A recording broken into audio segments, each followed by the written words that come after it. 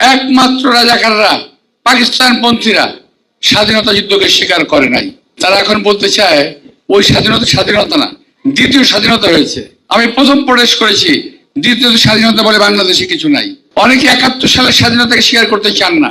আমি বলি, যারা ৭১-এর স্বাধীনতাকে মানতে চান না কিংবা স্বীকার করতে চান না, তারা এই গণভোটের কোনো আইনগত ভিত্তি নাই। এটি সম্পূর্ণভাবে একটি গোষ্ঠী জনগণের উপর চাপিয়ে দিয়েছে। এই গণভোট যেভাবে প্রচার করা হয়েছে তার মধ্যে অনেক বিভ্রান্তি আছে। সুতরাং আমরা কিছুটা বাধ্য হয়েই হাঁ ভোট দেওয়ার জন্য জনগণকে আহ্বান জানাচ্ছি। আমরা হাঁ ভোট দেব, তারপরে নির্বাচিত প্রতিনিধিরা সংসদকে এবং সংবিধানকে একটি পূর্ণাঙ্গ রূপ দেবে। গণভোট বলে কিছু নাই। গণভোট বলে কোনো আলোচনার বিষয় নেই। এটা ওখানেও কোনো এজেন্ডাই ছিল না, এখন গণভোটের কোনো এজেন্ডা নেই। গণভোট বলে কিছু নাই। গণভোট বলে কোনো আলোচনার বিষয় নেই। এটা ওখানেও কোনো এজেন্ডাই ছিল না, এখন গণভোটের কোনো এজেন্ডা নেই। গণভোট অবৈধ।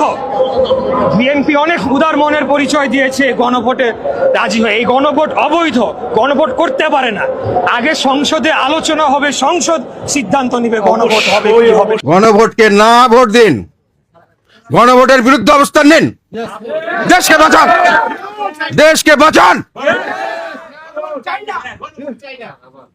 এইটাই হলো আসল কথা।